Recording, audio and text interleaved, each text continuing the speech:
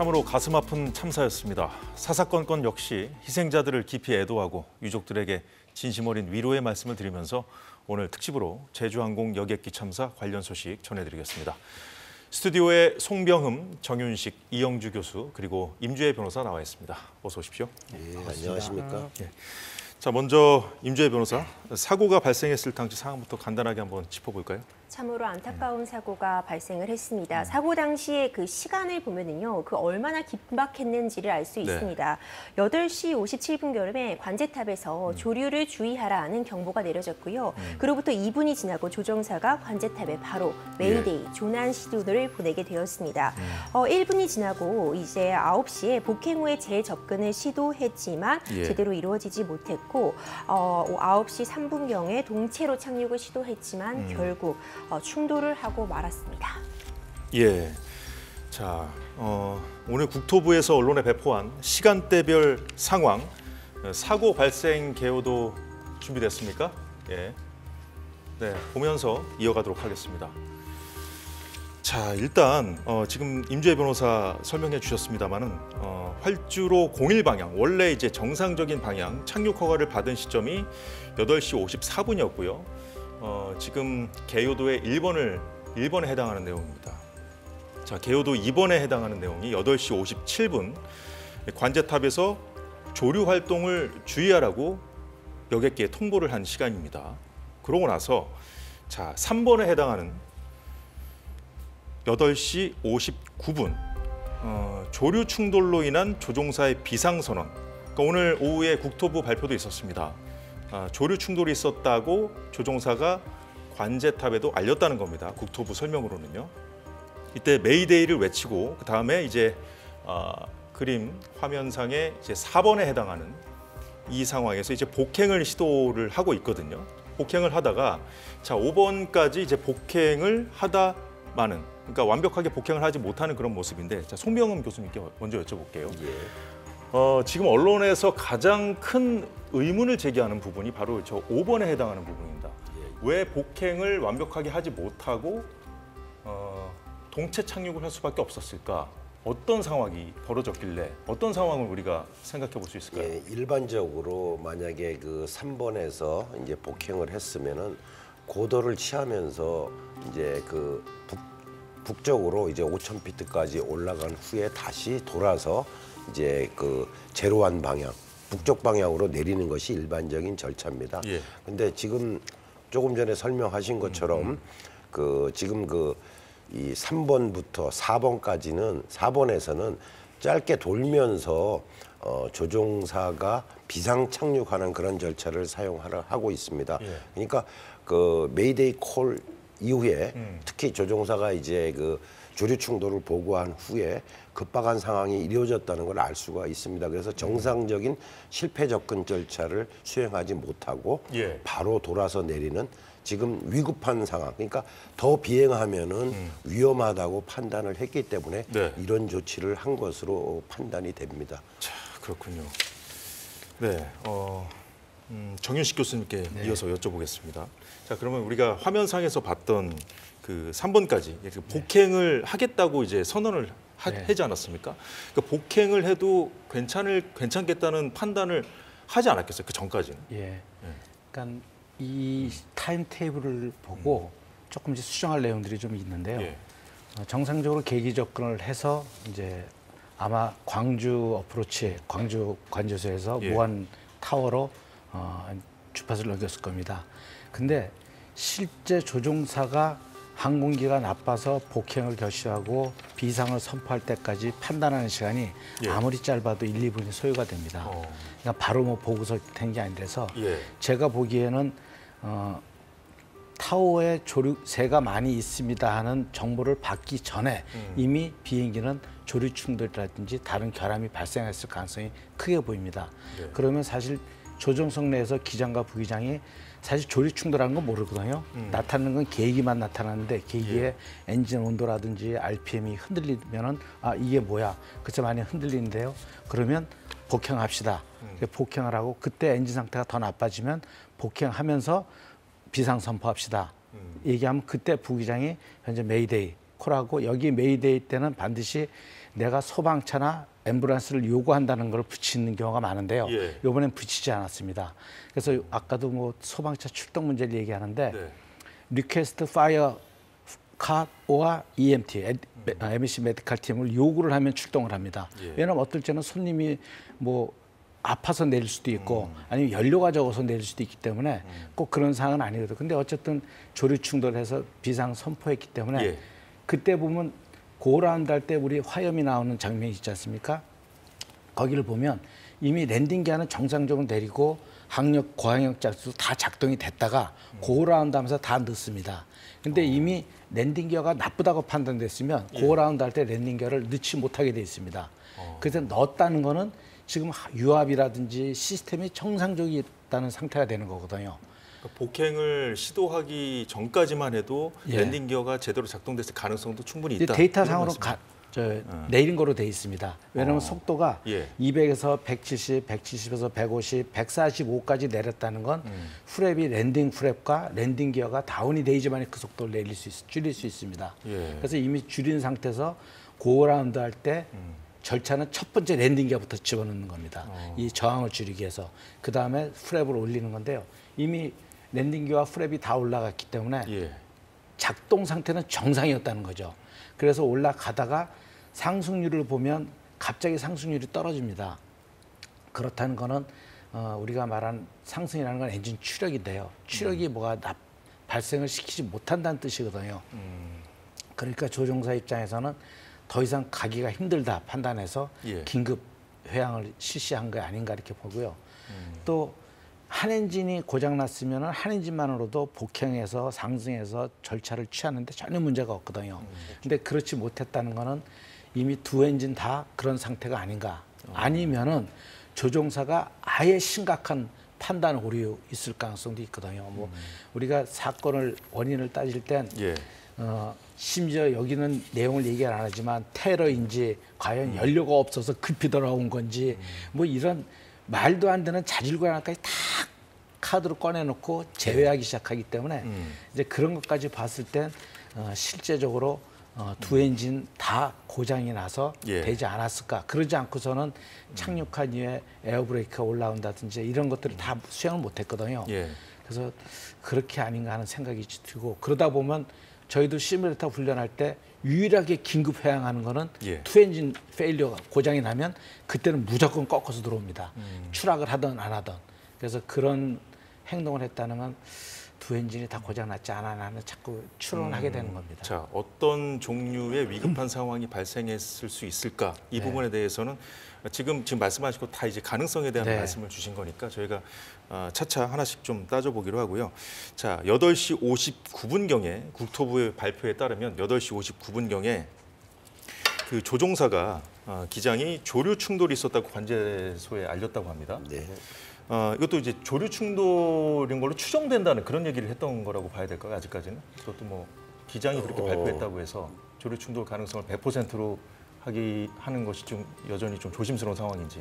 그거는 뭐 거의 믿어도 된다고 봅니다. 왜냐하면 기장이 시야로 보고 그다음에 그 하얀 연기나 그 불꽃이 나오는 그 현상을 이제 진동을 살짝 느꼈을 거고 그다음에 예. 엔진 계기나 이런 것들이 움직이기 때문에 그래서 그거는 어느 정도 뭐 의심할 여지가 없지 않나 현재 상태에서는. 그런데 이제 나중에 이제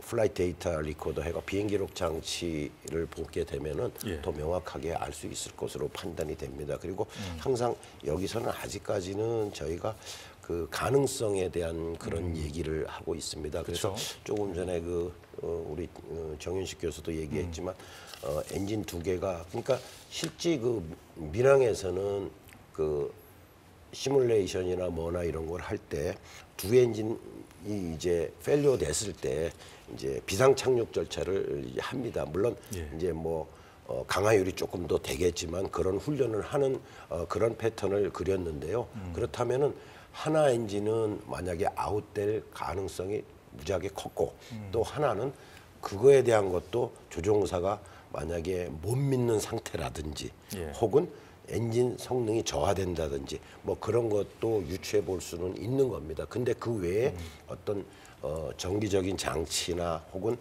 더 이상 비행하면 안 되겠구나. 그리고 가장 의문점으로 나오는 플랩에 대한 것도 있는데 조종 계통에 대한 뭐 걱정도 있을 수가 있고 하여튼간에 조종사 판단이 비상 착륙만이 그래도 안전한 게 아닌가 하는 그런 것을 지금 현재 상태에서는 조심스럽게 유추해 볼 수 있습니다.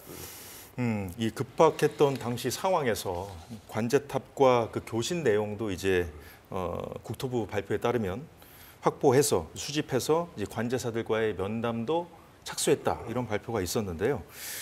자, 이 부분 관련해서 이영주 교수님께 좀 여쭤볼게요. 네. 당시 워낙 급박했던 상황이었기 때문에 대처하는 것 자체가 좀 쉽지 않았을 거라는 그런 얘기도 있습니다만, 뭐 소방대 아까 뭐 교수님께서 말씀해 주셨습니다만 그 소방대가 이제 바로 이제 나온 것이냐 나오지 못했냐 이런 부분에 대한 얘기들도 좀 있었거든요. 예. 그러니까 사실은 이런 이제 교신의 내용들을 살펴보면 그 당시에 위험에 대한 부분들의 인지 또 이런 부분들이 어떻게 소통이 되고 서로 이제 공유가 됐는지 또 그리고 또 관제탑에서의 어떤 여러 가지 조치 사항들에 대한 사항들 또 이런 지휘 통제에 대한 부분도 내용들을 확인할 수가 있을 텐데요. 예. 다만 문제는 이런 것들이 상당히 좀 조심스러운 부분들은 뭐냐면 항상 이제 이런 상황, 이 상황이 아니더라도 다른 재난 상황에서도 대부분 대응하는 기관들이 이제 무선통신, 뭐 소방이라든지 경찰의 무선통신 내용들을 보면서 전체적으로 이런 내용들을 이해하기보다는 그 시간대에 하나하나의 이제 오고 간 대화나 내용들에 대한 부분들을 하나하나 잘게 잘라서 이게 그 시점에 맞았냐 틀렸냐라는 것들을 너무 살펴보다 보면 사실은 전체적인 어떤 흐름에서 필요로 하는 부분 또 불가피했던 부분들을 사실은 이해하기가 상당히 좀 어려운 부분들이 있거든요.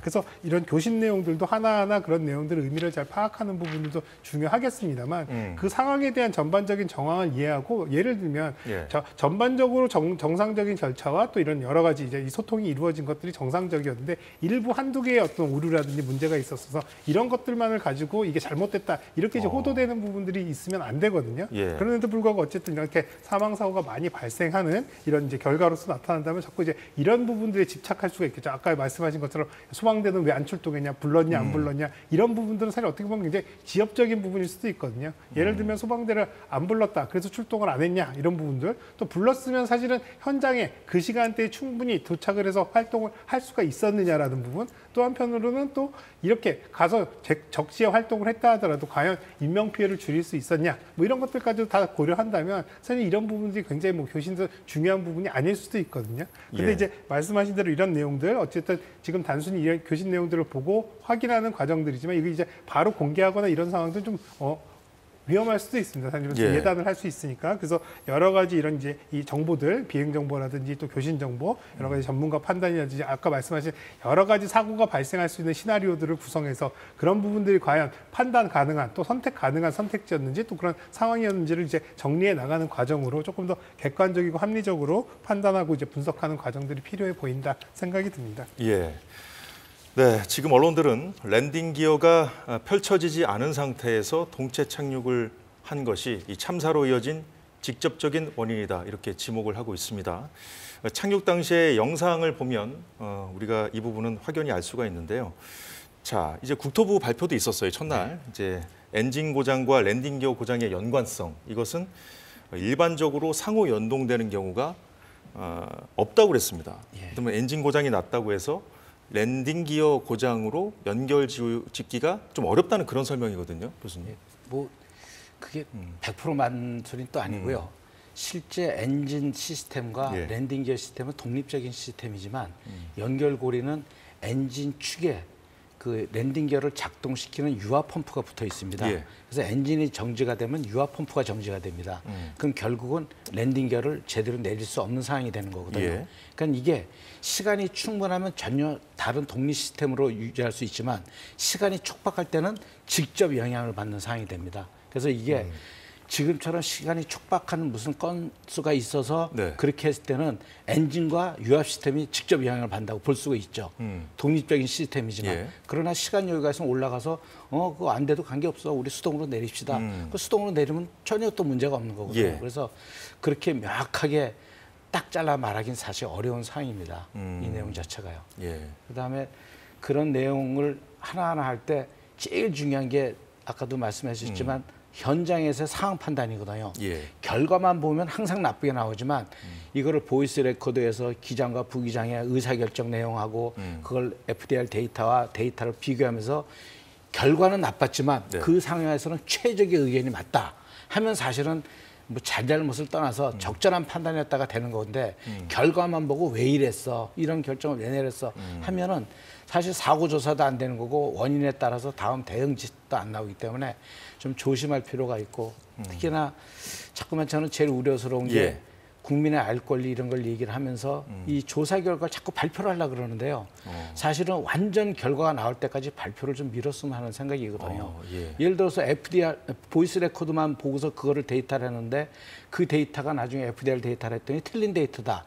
나중에 얘기하면 아 무슨 또 숨기려고 했다가 다시 결과를 바뀌었냐 이런 소리도 나올 수 있고요. 심지어 FDR 데이터도 그 데이터가 제대로 된 데이터가 센서에서 들어갔는지 센서가 고장나서 틀린 데이터가 들어갔는지 예. 또 검증을 해야 되거든요.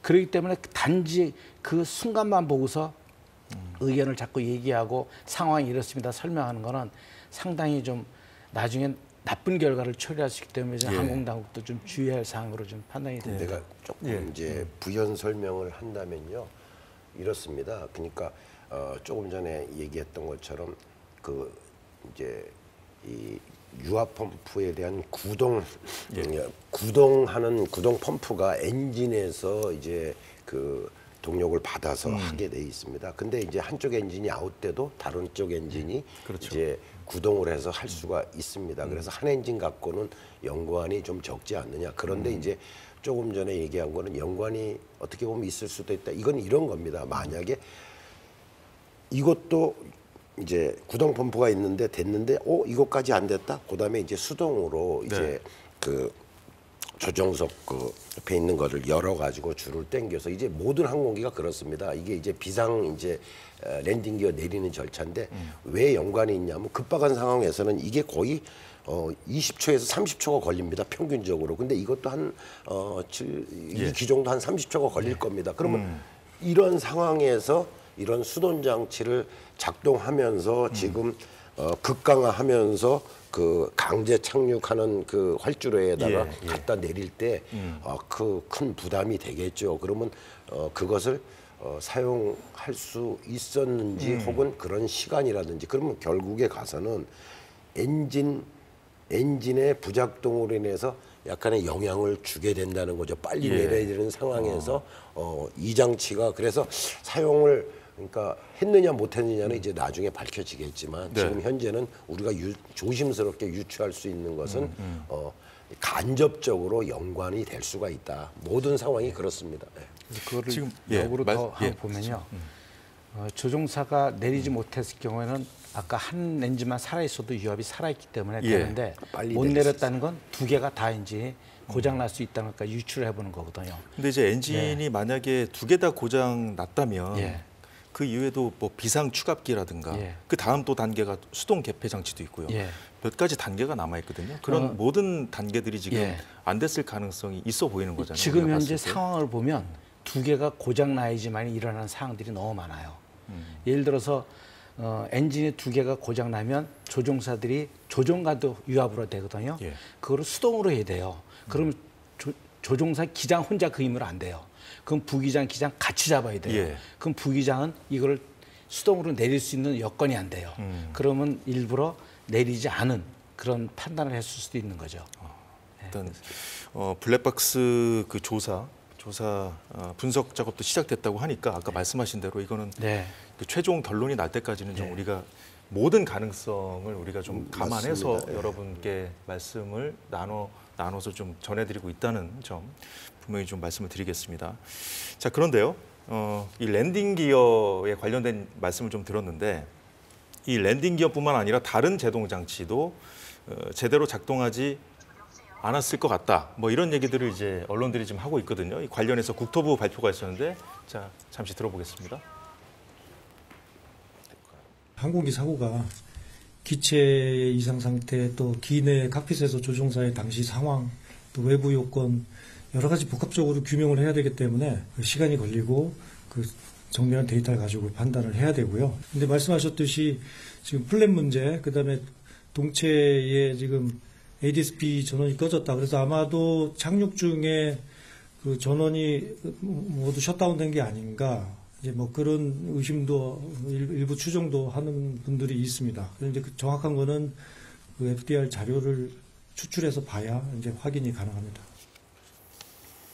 네, 랜딩 기어 관련된 말씀 들었고, 그리고 이제 제동 장치입니다. 여기서 앞서 좀 간단히 언급해 주셨는데, 우리가 이제 날개 옆자리에 앉았을 때 볼 수 있는 그 에어 브레이크라고 하는 그 장치, 그리고 또 엔진 그 역추진 장치, 이 두 가지가 제대로 작동됐는지 이 부분은 역시 우리가 뉴스를 통해서 본 그 화면을 토대로 해서 우리가 판단하기 좀 어려운 부분도 있겠습니다만은 두 분은 어떻게 보시는지? 화면상에는 둘 다 작동을 안 하는 거로 지금 보이거든요.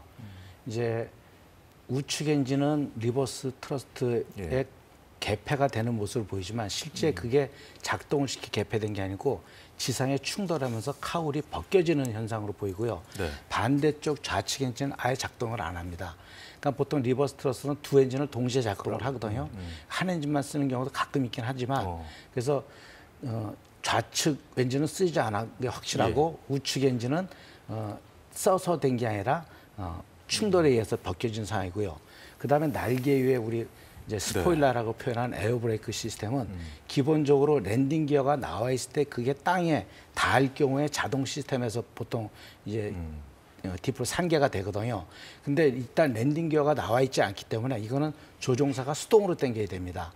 수동으로 당겼는데 안 나온 건지 아니면 수동으로 당기는 조작 자체를 안 한 건지 그 자체는 확실하지 않지만 지금 현재 상황으로 보면 조종사가 안 당겼을 가능성이 큽니다. 왜냐하면 비행기 엘리베이터가 사실 뒤쪽으로 풀 디프렉션, 완전히 승강타가 올라가 있는 상태입니다. 그래서 비행기의 기수가 들려 있는 거는 아마 조종관을 둘 다 잡고 있었을 가능성이 큽니다. 그럼 한 손을 놓고 이걸 당겨야 되는데 당기기가 상당히 어려운 상황이 되거든요.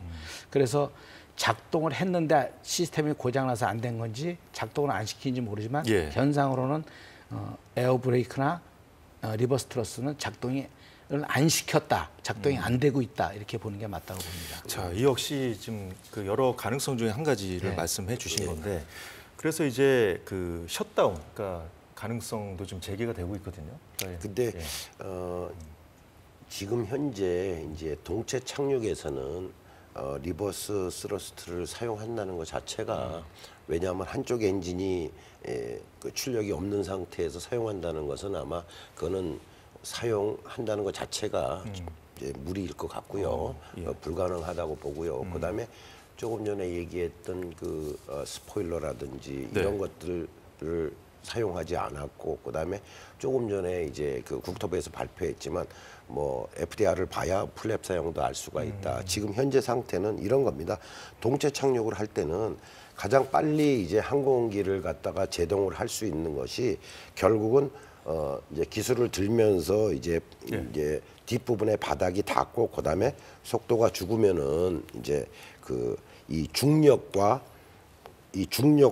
이 활주로와의 그 배면과의 마찰 계수로 인해서 이것이 이제 제동이 되겠죠. 그래서 가장 지금 할 수 있는 것은 이거와 스포일러밖에 없다고 저는 생각이 됩니다. 근데 스포일러 같은 경우는 올라온 게 보이지도 않고, 그다음에 또 사용할 수 있는 게 이제 에어로다이내믹적으로 이제 그 플랩 같은 경우를 이제 사용을 하지 못한 것처럼 보입니다. 어떤 이유에서든지. 근데 제가 한번 어저께 그 737 그 매뉴얼을 좀 봤더니요. 만약에 이제 정상적인 활주로에 바퀴가 내린 상태에서 만약에 지금 제동 상태가 브레이크가 이제 오토 브레이크가 5단계가 있는데 2단계를 썼을 때, 그러니까 지금처럼 이제 제동이 잘 안 됐을 경우에 보니까 1100피트까지가 활주로가 소요가 되더라고요. 그렇다면은 지금 동체 착륙에서 만약에 그 마찰력이 맨 처음엔 됐다가 살짝 떴다가 그다음에 있다가 한참 있다가 이제 닿으면서 연기가 나면서 마찰력이 좀 생기는 걸 볼 수가 있어요. 그래서 좀 안타까운 얘기지만 속도를 감속하지 못한 이유 때문에 결국 가서 충돌을 했지만, 만약에 이런 정도의 마찰이라면 지금 뭐 어디에 내리던가 이 무안공항에서는 좀 이런 정도의 제동 갖고는 활주로를 벗어날 수밖에 없겠구나 하는 것을 어저께 이제 그 퍼포먼스 매뉴얼을 보면서 이제 확인을 해봤습니다. 예. 이제 이 랜딩 기어뿐만 아니라 이제 지금 말씀해주신 다른 제동 장치들도 이제 기장과 부기장이 같이 이렇게 사용을 하려고 시도했을 가능성도 있는 거잖아요. 그렇죠. 그럼에도 불구하고 만약에 안 됐다면 예. 어떤 상황들이 있을 수 있을까요? 제가 아까 셧다운 가능성 오늘 국토부 그 브리핑 때도 그 질문이 나와서 지금 여쭤봤던 거거든요. 그렇죠. 유압이 작동이 안 되는 오직 스포일러 에어브레이크는 유압으로만 작동이 되니까 유압 시스템이 작동이 멈춘 거고요. 유압 시스템만 멈춘 건지 엔진이 정지돼서 유압 시스템이 멈춘 건지는 뭐 명확치는 않지만 어쨌든 그 유압 시스템 자체는 작동이 안 된 거로 이제 판단이 되는 거죠. 근데 거기에 유추가 아니라 실질적인 현상으로 봤을 때는 엔진까지 다 손상이 받은 거 아닌가 하는 생각인 거죠. 알겠습니다. 자, 그런데 오늘 오전에 제주항공의 같은 기종이 또 정상적으로 운항하지 못하고 회항하는 일이 있었거든요. 임주혜 변호사, 이 부분 설명해 주시죠. 그렇습니다. 오늘 오전에 있었던 일인데요. 6시 37분에 김포공항을 떠나서 제주로 향하던 제주항공, 그리고 어제 있었던 이 참사 비행기 모델과 같은 기종의 비행기가 이륙 직후에 랜딩 기어 이상 증세를 보여서 결국 김포공항으로 회항하는 일이 있었습니다. 하루 만에 또 반복이 되는 일이 일어나다 보니까 많은 승객들이 불안에 떨 수밖에 없었는데요. 일부 승객은 이후에 김포에서 다시 제주로 가는 걸 포기했다고 하고요. 제주항공에서는 바로 대체 항공편을 제공을 해서 나머지 승객들은 이제 다시 제주로 이송을 했다고 합니다. 그렇군요. 자, 이 부분과 관련해서 제주항공이 운항을 좀 무리하게 한 것 아니냐 이런 지적이 있다 이런 보도도 있었습니다. 관련해서 국토부 발언 잠시 듣고 이어가 보도록 하겠습니다. 제주공항의 그 항공기 가동률이 높은 거는 사실은 통계로 나오는 수치입니다. 그리고 아까 이제 기자님께서 말씀하신 항공 안전과 관련돼서 이제 뭐 큰 이제 문제들이 발생하고 있으니까 저희가 이제 상황들이 좀 수습이 되는 가운데 좀 이렇게 강도 높게 항공 안전 감독을 좀 시행할 계획입니다. 지금 오늘도 일단은 아까 말씀드렸던 것처럼 항공 안전 감독관 3명을 제주항공에 급파해서 지금 안전 감독 활동을 하고 있고 좀 더 이제 조사가 진행되면은 조사의 원인들이 사고의 원인들이 나올 겁니다. 그 원인에 맞게끔 좀 더 좀 강도 높게 안전 부문에 좀 감독 활동을 강화할 계획입니다. 네, 이 부분 역시 우리가 좀 조심스럽게 들여다볼 대목인데요. 어쨌든 원인을 알 수가 없으니까요, 송 교수님. 그러니까 언론들이 이제 사고 여객기 그 운항 최근 그 운항 스케줄표까지 이제 보도하면서 이렇게 보고 있거든요. 자, 이런 그 접근에 대해서는 어떻게 생각하십니까? 조금 이제 이 항공기 같은 경우에는 첨단 기기가 모여 있는 집합체지 않습니까? 예. 집합체인데 얼마 전에도 얘기를 했지만 이번 항공기는 600시간 A체크 점검을 이제 최근에 마쳤다고 되어 있습니다. 근데 사실은 시간별로 뭐 체크가 있습니다. 그건 정비하시는 분들이 더 잘 알겠지만 연간 하는 게 있고 뭐 100시간 단위로 하는 게 있고 그래서 그다음에 이 항공기는 부품도 또 그 유효 기간이 있습니다. 그 기간 동안 쓰고 다시 교체를 하고 그래서 그거를 가지고 직접적으로 만약에 이제 그 항공기를 많이 사용했다, 뭐 하루에 몇 시간씩 사용했다, 이걸 가지고 항공기 사고의 연관성을 관련짓기에는 왜냐하면 이 시스템 자체가 비행 시간에 따른 비행 점검이나 부품 교환이 이루어지기 때문에 그렇게 얘기하기는 좀 힘든 것 같습니다. 예. 자, 일단은 사고 당시에 여객기 안에서 이제 기장과 부기장이 뭔가 어떤 비상 상황에서 할 수 있는 매뉴얼대로 뭔가를 하려고 해도 만약에 안 됐다면 그 상황에서 우리가 생각해 볼 수 있는 여러 가지 상황들이 있지 않습니까? 네. 그래서 이제 언론에서 이제 제기하는 가능성이 이제 뭐 기체 결함이라든가 아니면 정비 불량 이런 부분이거든요. 네. 그래서 아마 이런 보도들이 나오는 것 같은데. 네. 이제 먼저 정비부터 얘기하면 정비는 사실 항공 당국에서 가장 중요 사항으로 보는 거거든요. 이게 정비 품질에 관한 문제인데요. 실제 항공사에서 하는 우리가 운항 중에 하는 건 일선 정비는 정비가 아니라 점검입니다. 그냥 눈으로 보는 겁니다. 예. 그 비행기를 정비를 안 해도 되게끔 튼튼하게 만들어 놨습니다. 그래서 정비는 말씀하신 대로 시간 점검, 100시간, 500시간, 1000시간, 1년 점검, 3년 점검 이런 식으로 만들어 놨거든요. 그래서 비행기를 운항을 많이 했어요. 그러면 시간이 많을 거 아니에요. 그럼 예. 정비를 또 빨리 들어가는 거예요. 그렇죠. 그래서 결국은 비행기의 우리 스트레스나 피로도는 전부 시간으로 계산되기 때문에 시간이 많이 되면 비행기를 빨리 폐기하는 또 꼴이거든요. 그래서 그거는 시간을 많이 했다 그래서 비행기를 무리하게 운영했다.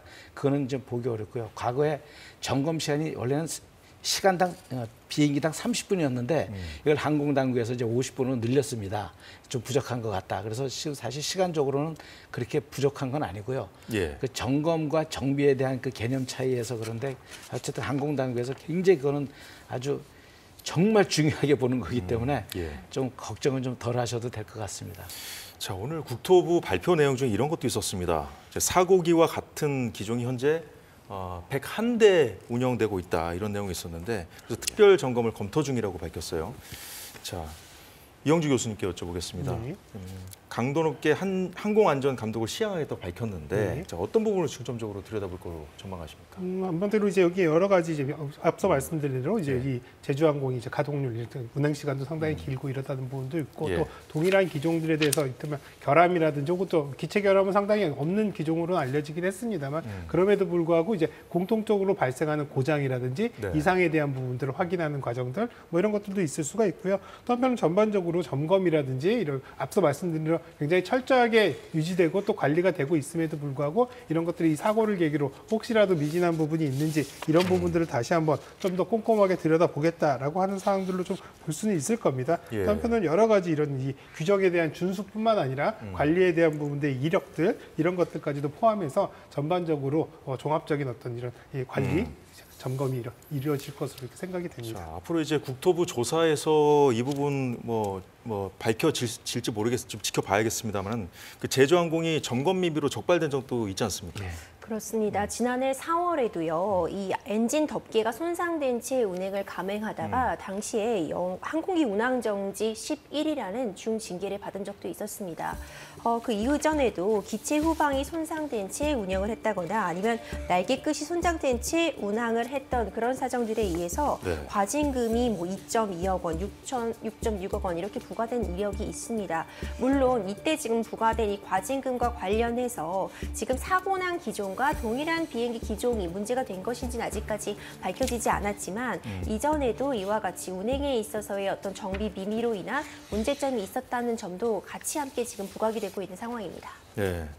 자, 사고 초기부터 이제 언론에서 많이 지적된 것 중에 하나가 활주로 길이거든요. 활주로 길이 관련해서 저희가 준비한 영상 준비되시면 좀 보여주시고요. 인천공항 같은 경우에 3.7km로 꽤 길죠. 김포공항 3.6km 비교해서도 무안공항이 더 짧은데 무안공항 활주로 길이는 2.8km입니다. 자, 그런데 오늘 국토부 발표에 따르면은 사고기가 활주로의 3분의 1이 지난 지점, 그러니까 이제 끝자락으로부터 이제 3분의 1이 지난 지점에서 좀 터치다운, 그러니까 처음 이제 활주로가 맞닿은 지점 이제 이 부분은 어떻게 보면 좀 문제가 없다고 보십니까? 예, 먼저 2.8km는 상당히 긴 편입니다. 여기가 뭐 그 737 기종만 하더라도 1,500m만 하더라도 충분히 이착륙이 가능한 그런 예. 상황이기 때문에요. 조종사가 제한지에 접지를 못했기 때문에 짧게 느껴지는 거죠. 만약 활주로가 10km인데요. 예. 조종사가 저 끝에 착륙을 했어요. 200m 전에요. 그럼 그걸 짧다고 표현할 수는 없거든요. 그러니까 운영이 잘못된 거를 비행장이 짧다고 표현하는 건 사실 잘못된 표현이거든요. 활주로의 3분의 1 지점에 접지한 예, 거는 접지한 게 괜찮은 잘못된 거지. 그게 잘못된 거지. 겁니까? 잘못된 겁니까 그게? 그 활주로는 앞에서부터 최소한 3분의 1 지점에 접지하게 돼 있거든요. 예. 그러니까 그게 잘못된 거지 활주로가 짧아서 거기 접지한 건 아니거든요. 그래서 그거는 좀 무리한 표현인 것 같고 예. 또 그 비행장의 운영 기종들이 있거든요. 여기에 뭐 미주까지 가는 747을 운영한다. 그러면 사실은 부족할 수가 있어요. 예. 그러나 동남아 정도 수준에서 가는 737 또는 뭐 787 정도 수준까지는 2.8km는 전혀 운영하는 데는 제한을 안 받는 활주로이기 때문에요. 예. 그거는 이제 결과만 보고서 길면은 좋겠다 하는 아쉬움의 표현이지 사실은 좀 이렇게 잘못된 해석으로 좀 보입니다. 많이들 인천공항이랑 비교를 하시는데요. 말씀하신 대로 사실 C급 항공기에 관련된 이 활주로 길이 기준으로 보면 국제 규격으로 보더라도 거의 2,800m, 지금 이제 무안공항의 기준이 사실 제일 긴 이 거리거든요. 그렇기 때문에 사실은 이것이 짧았다라고 하는 부분들은 사실 말씀하신 대로 충분히 활주로를 이용하지 못한 이제 이 미급한 상황에서 그런 부분들이 아쉬움이 있긴 합니다만, 사실 그 활주로 자체에 대한 문제점으로 이렇게 얘기되는 것들은 조금 이제 내용을 좀 잘못 이해되는 부분들이 있다 생각이 듭니다. 자, 이제 활주로 길이에 문제가 없었다는 것이 이제 전문가들의 중론인데, 자, 송 교수님, 근데 활주로를 충분히 제대로 사용하지 못했다는 지적은 어떻게 봐야 됩니까? 지금 그냥 육안으로 봐도 무안공항에 가서 확인할 수가 있습니다. 왜냐하면 그 하드랜딩을 하면은 타이어 그 까만 그 스키드 마크가 생기듯이 지금 같은 경우는 동체 착륙으로 인해서 스키드 마크가 아주 현저하게 생깁니다. 그래서 그리고 뭐 동체 착륙을 한 경험이 경험이나 흔적이 없었기 때문에 더 확실할 겁니다. 그래서 제가 맨 처음에 이제 국토부에 듣기로는 3분의 1도 아니고요. 1200m 지나서 내렸다고 돼 있습니다. 근데 보통 이 활주로에서는 이제 활주로 시작하는 데부터 1000피트가, 그러니까 300m 지점 정도가 거기서 플러스 마이너스 알파로 타치다운 존을 정하고 있습니다. 그래서 거기에 접지를 하는데, 이거는 1200m니까 사실은 3분의 1보다는 좀 지났고, 그다음에 중앙보다는 좀 전이고, 그래서 그러니까 뭐 룰스 오브 썸으로 대략적으로 그냥 3분의 1이라 그러는데 거기를 좀 지나서 도착을 했습니다. 근데 아까도 말씀드렸지만 지금 속도가 만약에 정상적일 때는 뭐 140나트 그러면 한 뭐 250km 정도인데, 지금 그거보다 만약에 한 엔진이 아웃되면 10나트 거의 뭐 18km 정도를 더 추가해서 비행을 하는데, 조종사가 항공기를 에어로다이내믹 쪽으로 조종 가능하게 하기 위해서 속도를 좀 높인 상태, 물론 뭐 항공기 엔진이 어떻게 됐고 뭐가 이 조종 계통이 어떤지는 모르겠지만 현재 상태로 봤을 때는 속도가 많은 상태에서 이제 착지를 했고, 그다음에 이제 그라운드 마찰을 이용을 많이 하지 못한 거. 왜냐하면 닿았을 때 중력을, 그러니까 날개의 어떤 앞부분의 기술을 들고 날개가 만약에 힘을 받으면 뭐 무게가 닿지가 않겠죠, 그죠? 그래서 그런 것도 좀 나중에 사고 조사할 때 고려해 보면은, 그러니까 생존 확률 계산할 때 알 수가 있고요. 활주로 길이는 지금 김포공항이나 인천공항 빼놓고는 나머지 군공항들은 다 저 정도 9,000피트, 2.8km 정도 돼요. 그러면 2.8km는 지역 중심공항 중에서는 관문공항에, 그러니까 우리나라의 대표공항 2개 빼놓고는 나머지에서는 그 활주로 길이가 웬만한 기종들은 다 운영할 수가 있고, 또 비상 활주로도 쓸 수 있는 대형 항공기까지도, 물론 뭐 그 아주 뭐 활주 길이가 많은 항공기는 모르지만 대부분의 항공기들이 안전하게 착륙할 수 있는 곳이다. 그렇게 말씀드릴 수 있습니다. 자, 활주로 길이에 대한 그 의견들 잘 들었고요. 자, 그럼에도 불구하고 그래서 이제 언론들이 이제 한 문제점의 하나로 지적하고 있는 것, 피해를 키웠다는 지적을 하고 있는 부분이 있습니다. 이제 처음에 이제 보도됐을 때는 이제 외벽을 박았다고 이제 보도를 많이 했었는데, 자세히 보면 외벽의 충돌을 먼저 한 것이라기보다는 이제 로컬 라이저라는 장비가 있는데, 이 로컬 라이저라는 장비를 설치하기 위해서 이 콘크리트 구조물, 육안으로 대강 보면은 이게 흑으로 쌓은 언덕처럼 보이기도 합니다만, 여기에 일차적으로 좀 부딪힌 바람에 피해가 컸다고 좀 지적을 하고 있거든요. 이제 그 참 결과를 가지고 자꾸 얘기를 하시는데요. 그 로컬라이저는 어느 나라든지 안테나, 그게 송신 안테나인데 그거는 바람이나 이런 영향을 얻게 하기 위해서 굉장히 튼튼한 구조물에 설치를 합니다. 결국은 안 보이지만 어느 공항이든지 땅속에는 전부 콘크리트 구조물이 있습니다. 근데 무안공항은 활주로보다 그게 낮기 때문에 콘크리트 구조물이 튀어나와 보이고, 거기에 또 좀 더 안전하고 편하게 하기 위해서 흙을 이렇게 쌓아놓은 거거든요. 네. 그리고 실제 우리가 말하는 안전 착륙대 범위 밖에 사실 있다고 봐야 되거든요. 그래서 이거는 가서 비행기가 부딪혀서 문제가 된 거지 네. 거기는 비행기가 가면 안 되는 곳이거든요. 근데 그런 곳에 왜 만들어놨냐 이렇게 표현하면 옛날에 뭐 중국 민항이 돛대산에 사고 났을 때 그건 산이 왜 거기 있어라는 소리가 똑같은 거거든요. 그래서 이거는 나중에 속도가 빨라서 충돌해서 파손이 된 건데 속도가 한 50km, 100km밖에 안 된 속도였어요. 그러면 거기 부딪혔으면 도리어 그게 막아주는 방어 역할을 했을 거예요. 그럼 도리어 아이고 그것 때문에 비행기 사고가 덜 났네 이런 얘기를 또 했을 거예요. 그래서 이거는 결과만 보고 그냥 얘기하는 거지 실제 이게 항공기 사고를 더 키웠다 뭐 이렇게 얘기하기는 상당히 결과적으로는 그렇게 됐지만 그 장비는 어쩔 수 없이 모든 공항에 다 로컬라이저는 설치가 돼 있거든요. 그걸 가지고 탓할 수는 좀 없는 상황 아닌가 이렇게 봅니다. 지금 또 하나는 이제 로컬라이저 자체 이제 안테나 부분 말씀하신데 이런 부분들은 사실 쉽게 부러질 수 있는 구조로 하게끔 되어 있는 건 맞습니다. 다만 이제 이런 것들을 지지하는 지지대, 이제 말씀하신 하부 이제 구조물들 이런 것들은 사실은 뭐 이 규정이 하부 구조 지지물까지도 전부 다 이제 쉽게 부러질 수 있는 구조로 해야 된다라는 주장들도 있는데 사실은 그렇지는 않거든요. 그래서 이 부분을 사실은 로컬라이저 자체도 사실은 기능을 위해서도 사실은 말씀하신 대로 안전 영역 바깥쪽에 설치되긴 하지만 또 필수적으로 설치가 돼야 되는 시설이기 때문에 이것 존재에 대한 부분들 또 이런 것들에 대한 재질에 대한 부분에 문제가 있었다라는 것들을 지적하는 것들은 상당히 좀 어떻게 보면 너무 예민하게 이런 부분들을 보는 거다라고 볼 수도 있겠습니다. 그거는 이제 지금 현재는 이제 참 안타까운 이런 대형 참사가 이제 일어났기 때문에 이제 나온 얘기인데요. 사실은 그게 이 국제 민항 아이카오 기준하고 기준 같은 경우는 활주로가 있으면 활주로 끝단에 1000피트 정도의 그 로컬라이저 이건 뭐냐면 항공기의 방향을 유도해 주는 겁니다. 그래서 활주로가 만약에 있으면 활주로로 들어오는 상태의 반대편에다가 로컬라이저는 어느 공항이든지 이제 있게 돼 있거든요. 그래서 이제 1000피트고 미국 같은 경우는 실제적으로 그래서 이제 여기가 1000피트면 300m라면 뭐 180인가 더 낮게 해도 더 짧게 해도 충분하다. 그래서 미국 같은 경우는 그렇기 때문에 우리가 지금 무안공항 같은 경우는 활주로 그 끝단으로부터 251m가 있습니다.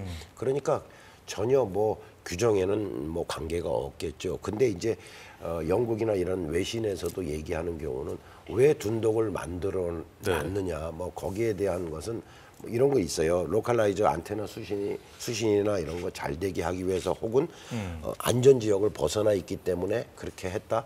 그다음에 거기다가 그 구조물을 윗부분은 연성 물질로 잘 부서져요. 근데 그것이 움직이지 않고 고정하는 것을 갖다 콘크리트 해놓은 공항도 많이 있고 아닌 공항도 있어요. 그러니까 이제 비교를 해서 얘기하는 것인데 현재는 고속으로 둔독을 부딪히고 그다음에 외벽을 부딪히다 보니까 이런 참사가 났는데 결과론적인 얘기 같아요. 그래서 또 다른 공항들은 그런 둔독이 조금 이렇게 완만한 경사였으면 어땠을까. 지금같이 속도가 많은 경우에는 그런 아쉬움도 이제 얘기를 하고 있는 거죠. 근데 가장 중요한 거는 무안공항이 이제 개항이 될 때 이것은 모든 기준에 따라서 허가받고 점검받고 아무 비행 관련 시설로 장애물이 아니라 비행 관련 시설로 인정받기 때문에 문제가 없던 걸로 해서 개항이 된 것이죠. 그러니까 차후에는 안전도를 더 규정은 맞더라도 안전도를 더 높일 수 있는 방향에 대한 강구는 필요하다고 봅니다. 예, 잘 들었습니다. 사고가 있기 전에 그 조류의 움직임에 대비하라고 이제 관제소에서 통보를 했다고 하죠. 여객기에. 자, 어제 아침 이 참사가 일어나기 전에 이제 무안국제공항 활주로 상공에 새 대가 하늘을 뒤덮었다.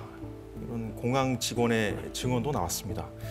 탑승자도 SNS를 통해서 새떼와 부딪혔다는 말을 남기기도 했는데 이 부분은 기내에서 안내 방송을 듣고 한 얘기일 수도 있고 여러 가능성을 생각해 봐야 되는 부분이긴 합니다. 이렇다 보니까 자 언론들이 좀 궁금해하는 부분 중에 하나가 이겁니다.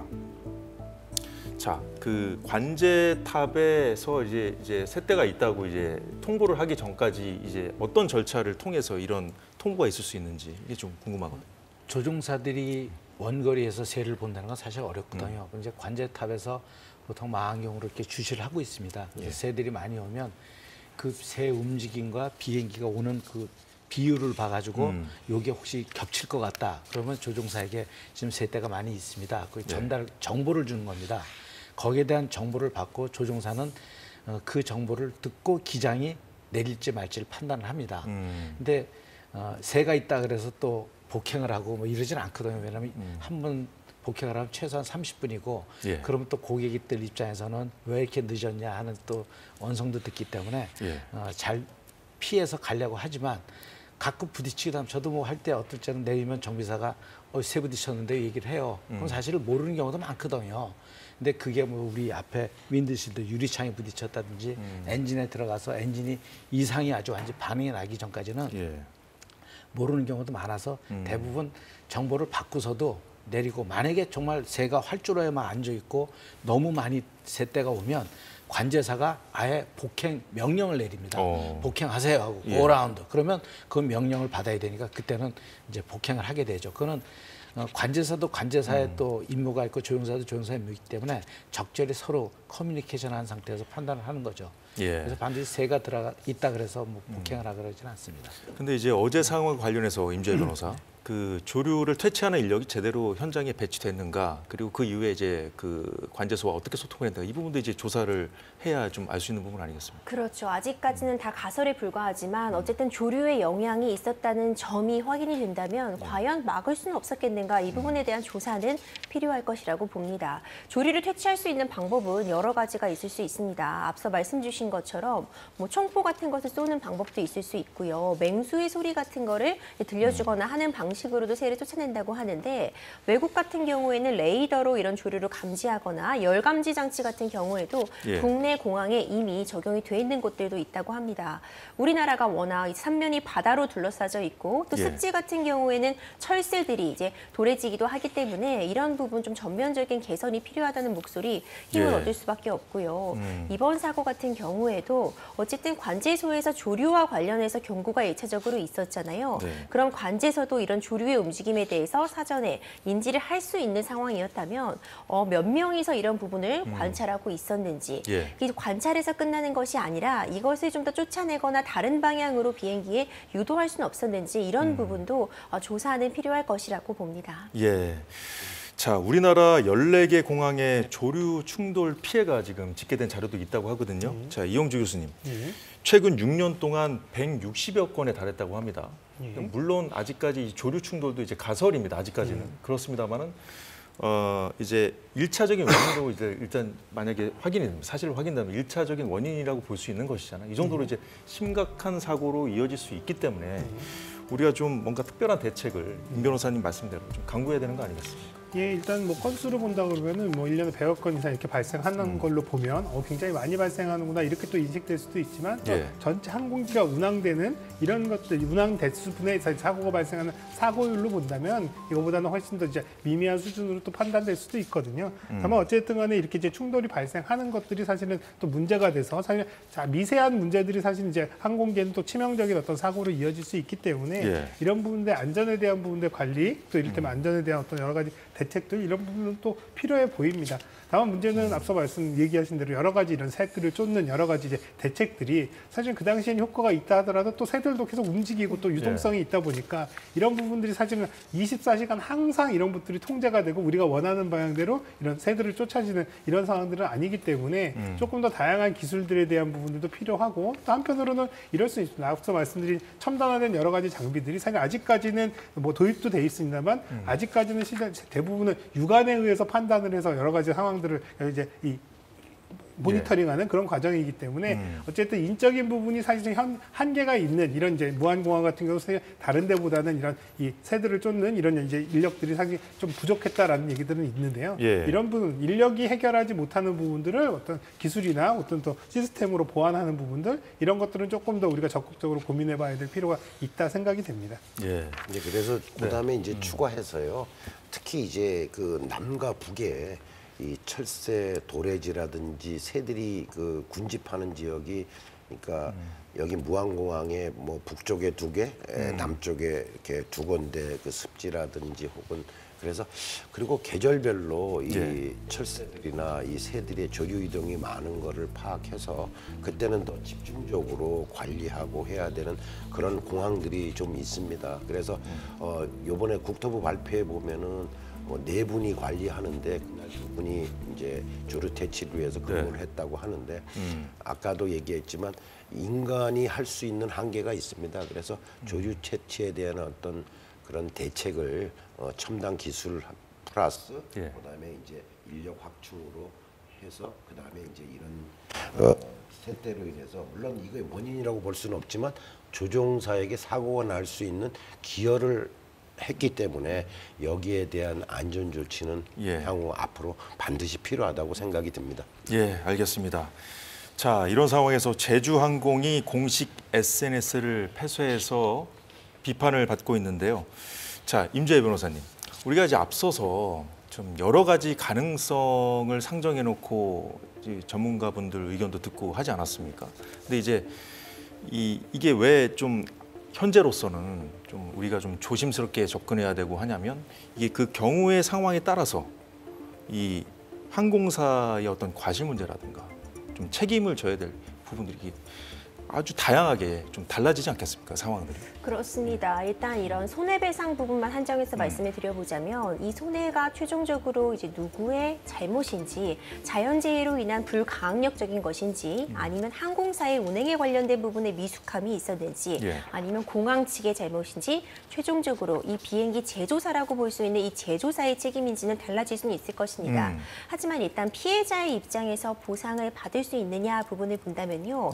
일단 제주항공 측에서 국내 보험사 5곳에 상대로 해서 이 책임보험이 가입되어 있습니다. 그렇기 때문에 1차적으로 피해자들에게는 이 책임보상의 한도에 따라서 충분한 보상은 일단 1차적으로 가능하다. 이렇게 제주공항에서도 이 입장을 밝히고 있고요.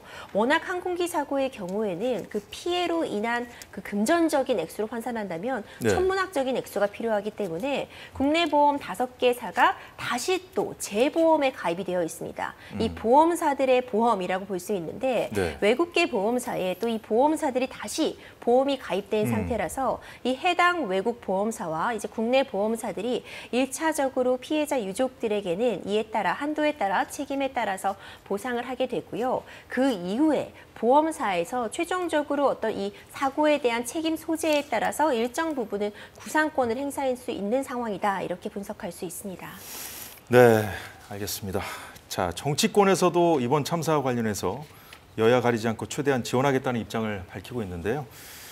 여야 대표들 목소리 잠깐 들어보겠습니다.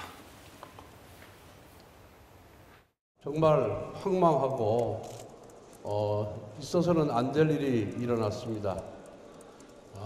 저희들이 할 수 있는 한 최대한 여러분들의 마음을 치유할 수 있도록 저희들 최선을 다하도록 하겠습니다. 어려운 상황일수록 더욱더 힘을 내시고 돌아가신 분 장례 잘 치르시도록 저희들이 역할을 다하도록 하겠습니다. 무안공항을 가득 메운 유족들의 통곡 속에서 우리 국민 모두가 함께 울고 있습니다. 다시는 이런 비극적 사고가 일어나지 않도록 원인 규명과 대책 마련도 중요하겠지만 지금 무엇보다 중요한 것은 사고 수습입니다. 우리 당은 항공참사대책위원회를 중심으로 할 수 있는 모든 것을 다 하겠습니다. 네, 저희가 뭐 앞서 배상 보상 문제도 이제 간단히 언급을 해주셨습니다만은 지금 유족들에게 가장 이제 시급하게 필요한 부분이 이제 신원 확인, 그렇죠. 사망자 신원 확인 그리고 시신 인도, 합동 분향소 설치 이런 문제거든요. 그래서 좀 추후에 이제 우리가 더 짚어볼 문제 같고요. 지금 이제 정치권 목소리도 들었는데 저희가 이제 시간이 얼마 없어서 어떤 부분이 좀 앞으로 좀 빨리 좀 진척이 돼야 된다고 생각을 하시는지 좀 입장 좀 듣고 사고 조사를 하는데 아직 결론도 안 났는데 이제 처벌 얘기가 벌써 나오고 있습니다. 근데 항공에서 처벌 얘기는 항공에서는 모든 게 일반적으로 면책의 대상이 좀 되고 있습니다. 처벌 얘기가 나오면 원인을 밝히기 위한 입을 닫습니다. 그런 결국은 원인을 밝히기 어렵기 때문에 그건 추후 문제이기 때문에 벌써부터 뭐 중대재해법이라든지 이런 걸 적용한다는 소리 자체가 좀 약간 안타까운 일입니다. 예, 알겠습니다. 송 교수님. 예, 우선 지금 현재 이제 나타난 그런 징후로서는 엔진의 조류 충돌로 인해서 기어가 내려오지 않고 그다음에 동체 착륙을 했는데요.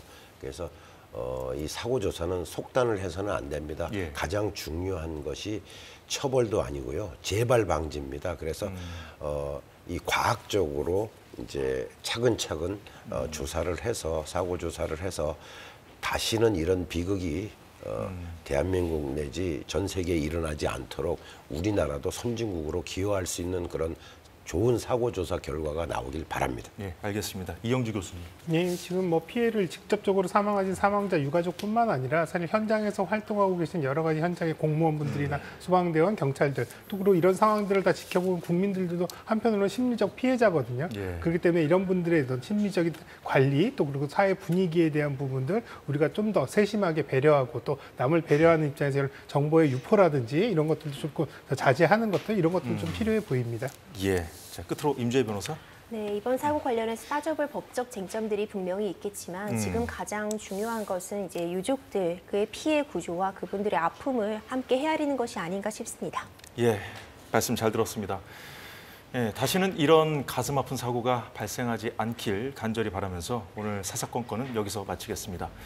다시 한번 희생자분들을 깊이 애도하고 유족분들에게 위로의 말씀을 드립니다.